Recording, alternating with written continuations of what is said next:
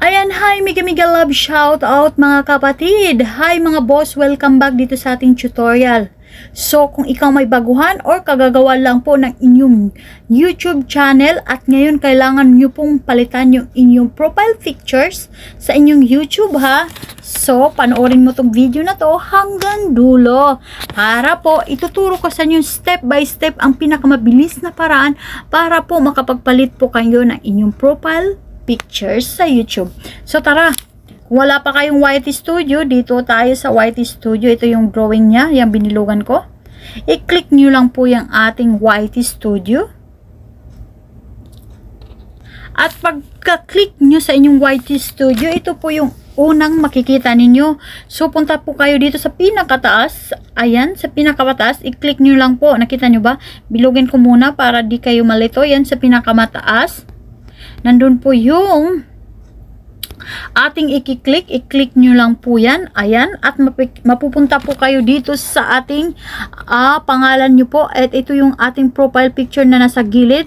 So, yan po yung ating pipindutin para mapunta po kayo dito sa parang may camera. So, nakikita nyo po yung parang may camera dito sa katabi ng inyong pangalan. Ayan, bibilugan natin yan ha. Para makita nyo po, ayan may camera dyan sa katabi ng inyong pangalan. I-click nyo lang po yan. At ayun, mapupunta po kayo dito sa camera kung gusto nyo mag-selfie na lang muna dyan.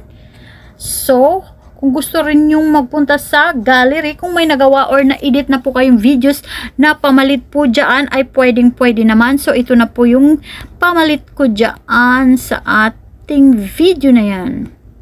Kunyari ito, ayan yung mga grapes na yan. So, bilog lang po yung ating profile pictures dito sa YouTube. So, kailangan i-adjust nyo po.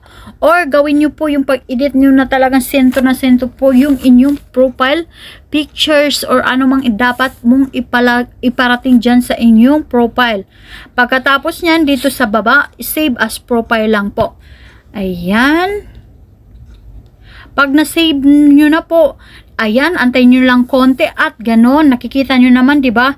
Ang bilis lang pong napalitan. Napakabilis lang po talaga dito magpalit ng profile picture sa YT Studio. Ganon, kabilis. Ayan. Ayan, kung may katanungan ka pa, ilagdag mo lang po dyan sa baba para po masagot natin. Maraming salamat po sa iyong walang sawang panonood dito sa akin. At tandaan, laging mag-iwan ng bakas para po kayo'y aking mabalikan. Maraming salamat po. Bye-bye. See you around.